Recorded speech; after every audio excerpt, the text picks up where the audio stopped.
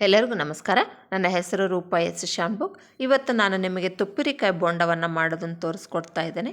ಈ ತುಪ್ಪಿರಿಕಾಯಿ ಬೋಂಡ ಮಾಡೋದಕ್ಕೆ ತುಪ್ಪಿರಿಕಾಯಿ ತೊಗೊಂಡಿದ್ದೇನೆ, ಕಡಲೆಬೇಳೆ ಹಿಟ್ಟು ತೊಗೊಂಡಿದ್ದೇನೆ, ಸೋಡಾ ಪುಡಿ ತೊಗೊಂಡಿದ್ದೇನೆ, ಖಾರದ ಪುಡಿ ತೊಗೊಂಡಿದ್ದೇನೆ, ಉಪ್ಪು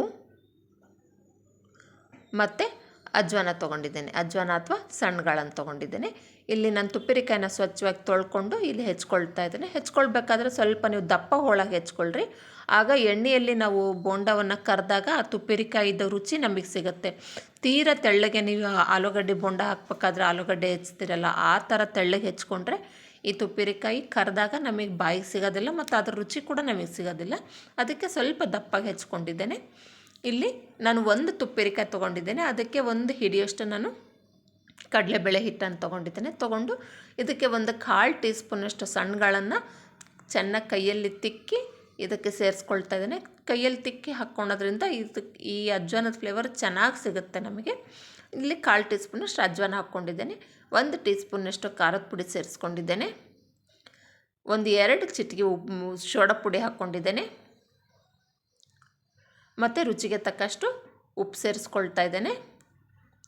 ಇದಕ್ಕೆ ನೀರು ಹಾಕಿ ನಾವು ಹಿಟ್ಟಚ್ಚಿದ ಮೆಣಸಿನ್ಕಾಯನ್ನು ಕರಿಯೋದಕ್ಕೆ ನಾವು ಯಾವ ಹದದಲ್ಲಿ ನಾವು ಕಡಲೆಬೇಳೆ ಹಿಟ್ಟನ್ನು ಕಲಿಸ್ಕೊಳ್ತೀವೋ ಅದಕ್ಕಿಂತ ಸ್ವಲ್ಪ ನೀರಾಗಿರೋ ಹಾಗೆ ಈ ಹಿಟ್ಟನ್ನು ಕಲಿಸ್ಕೊಳ್ಬೇಕಾಗತ್ತೆ. ನಾವು ಹಿಟ್ಟಿಚ್ಚಿದ ಮೆಣಸಿನ್ಕಾಯಿ ಅದು ಖಾರ ಇರುತ್ತೆ ಅಂತಂದು ಸ್ವಲ್ಪ ಹಿಟ್ಟನ್ನು ದಪ್ಪ ಹಚ್ಕೊಳ್ಬೇಕಾಗುತ್ತೆ. ಇಲ್ಲಿ ಖಾರ ಇರೋದಿಲ್ಲ ಈ ತುಪ್ಪಿರಿಕಾಯಿ, ಅದಕ್ಕೆ ಸ್ವಲ್ಪ ತೆಳ್ಳಗೆ ನಾವು ಈ ಹಿಟ್ಟನ್ನು ಹಚ್ಕೊಳ್ಬೇಕಾಗುತ್ತೆ. ಈಗ ಕಾದಿರೋ ಎಣ್ಣೆಗೆ ತುಪ್ಪಿರಿಕಾಯಿನ ಈ ಕಡಲೆಬೇಳೆ ಹಿಟ್ಟಿನಲ್ಲಿ ಅದ್ದಿ ನಾನು ಹಾಕ್ಕೊಳ್ತಾ ಇದ್ದೇನೆ.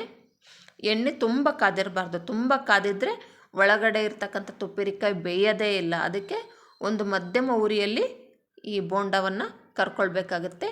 ಈಗ ಕರೆದಾಗಿದೆ, ನಾನು ಈ ತುಪ್ಪಿರಿಕಾಯಿ ಬೋಂಡನ ತಕ್ಕೊಳ್ತಾ ಇದ್ದೇನೆ. ಮಳೆ ಬರಬೇಕಾದ್ರೆ ಈ ಮೆಣಸಿನ್ಕಾಯಿ, ಈ ಬೋಂಡ ಮತ್ತು ಮಂಡಕ್ಕಿ ಒಗ್ಗರಣೆ ಜೊತೆ ತಿನ್ನೋದಕ್ಕೆ ತುಪ್ಪಿರಿಕಾಯಿ ಬೋಂಡ ತುಂಬ ರುಚಿಯಾಗಿರುತ್ತೆ. ಒಂದು ಸರ್ತಿ ಟ್ರೈ ಮಾಡಿ, ನಿಮಗೆ ಇಷ್ಟ ಆಗುತ್ತೆ ಅಂದ್ಕೊಂಡಿದ್ದೇನೆ. ಧನ್ಯವಾದ. ನಮ್ಮ ವಿಡಿಯೋ ನಿಮಗೆ ಇಷ್ಟ ಆದರೆ ದಯವಿಟ್ಟು ಸಬ್ಸ್ಕ್ರೈಬ್ ಮಾಡಿ, ಲೈಕ್ ಮಾಡಿ, ಶೇರ್ ಮಾಡಿ. ಏನಾದರೂ ಕಮೆಂಟ್ಸ್ ಇದ್ದರೆ ಕಮೆಂಟ್ ಸೆಕ್ಷನ್ಸ್ನಲ್ಲಿ ಕಮೆಂಟ್ಸ್ ಹಾಕಿ. ಧನ್ಯವಾದ.